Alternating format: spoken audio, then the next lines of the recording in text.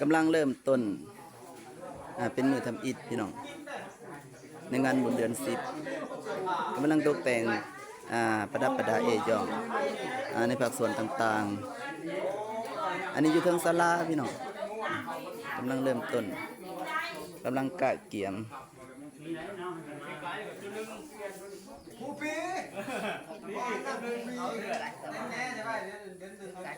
กำลังแต่งเครื่องกำลังนิบขันหมักเบงกำลังทำหมักจีกอกยาพี่น้องนี่เด้กำลังแต่งเครื่องกองบุญ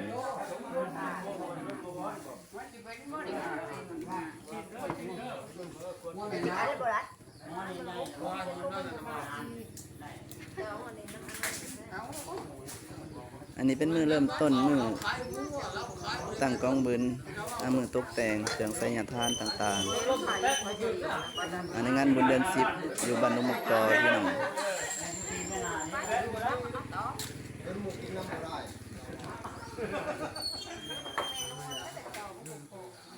ทำยังไม่พอแล้วพอแล้วใช่ไหมอย่าลืมนะขาดไปเศร้าพันไม่ขาดโถแล้วก็เหลือใช่ไหมเขาได้ย้อนมึงดิเจ้าอย่างนั้นเขาชิวครับส่วนนั้นก็ได้เฮ็ดเครื่องกองบุญสิเป็นหลักมักจีกอกยาอิงตามเหตุของประเพณีอิงตามอารมณ์ประเพณีแต่ละท้องถิ่นพี่น้องแต่ละท้องถิ่นก็สิบ่คือกันในการสร้างบุญในการตกแต่งเครื่องสัญญาทานต่างๆ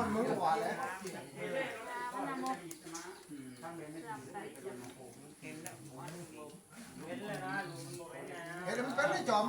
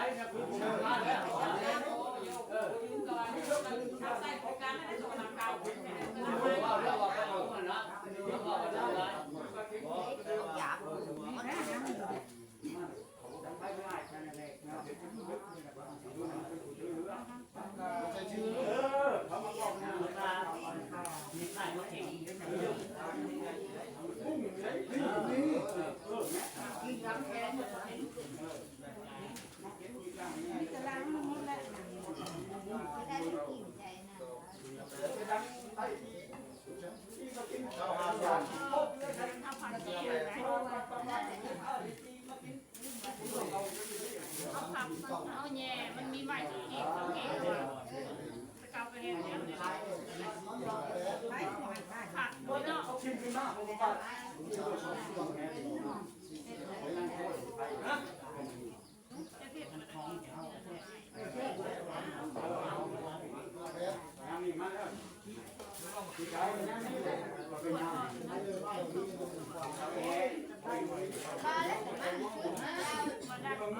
ข้าวชิมอ่ะใจในวันนั้นข้าวกะปิมันแล้ววันนี้จะตามมันไปวันนี้มาเลยครับยังมาหน่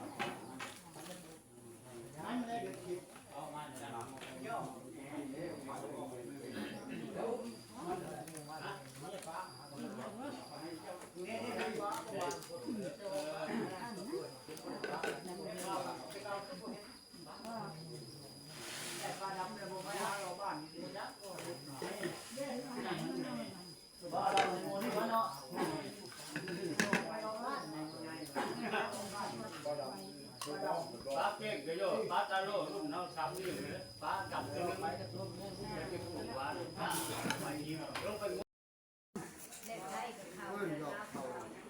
กำลังถึงเวลาเที่ยงพี่น้องได้ยอมพระเพลให้แก่พ่อแม่ครูบาอาจารย์ กำลังพี่น้องกำลัง บ่ได้ดอกมากินได้น่ะกินเลยเข้าไทยได้ทานมากินได้อะไรฮะก็เว้นลูกใช่ มันก่อไปแล้วไปอยู่เนาะก่อเลย อันนี้บรรยากาศยามตอนเที่ยงกำลังย่อพาเพลให้แก่พ่อแม่ครูบาอาจารย์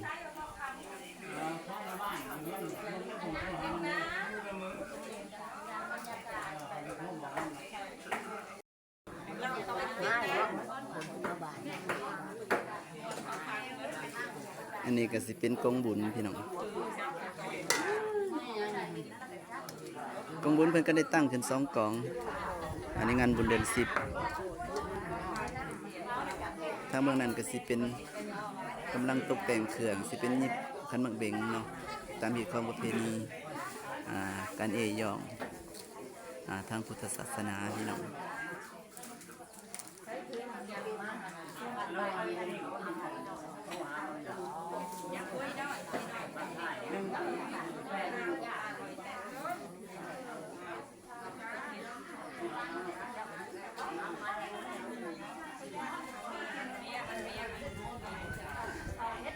นี่บรรยากาศยามตอนเที่ยง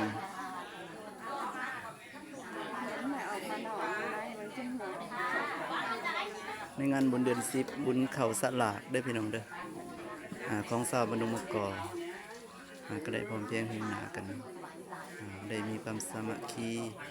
ได้มีจิตใจอุปโมทนาสร้างบุญสร้างกุศลเข้าทางพุทธศาสนาตามอารมณ์ประเพณีฮีตคองที่เคยเสือถือมาเด้อพี่น้องเด้อมาถึงเวลาส่วงแรงพี่น้องในงานบุญเดือน10บุญเขาสลากนี่ก็ได้ฟังเทศน์ฟังธรรมฟังสู่ปริตามงคลจากพระแม่ครูบาอาจารย์นี่ก็คือออกตนญาติโยมกำลังสมาธิ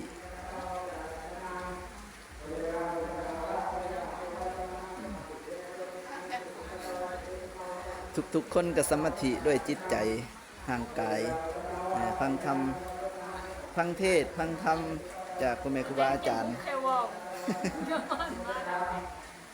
นี่พี่น้องอันนี้งานบุญเดือน10กับประมาณนี้พี่น้องบรรยากาศก็ได้เดบนั้นก็มีคือกัน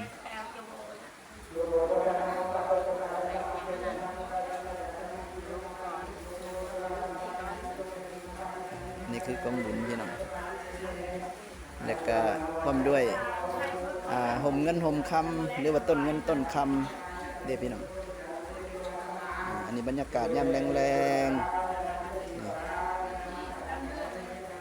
บรรยากาศยามแรงๆพี่น้อง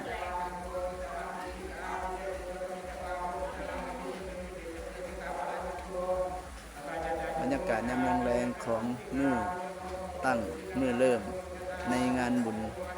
เข้าสลากเดือน10เพ็งอยู่ที่บ้านดงมะกอเมืองหาดสะพังทองแขวงสวรรณเขตพี่น้องในงานบุญประจำปีหรือว่าประจำเดือนแต่ละท้องถิ่น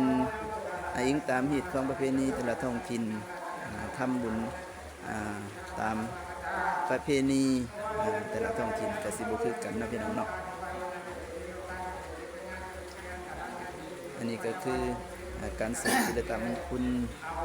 จากญาติหรือว่าจากพระแม่ครูบาอาจารย์เพิ่นกำลังทำพิธีทางพุทธศาสนา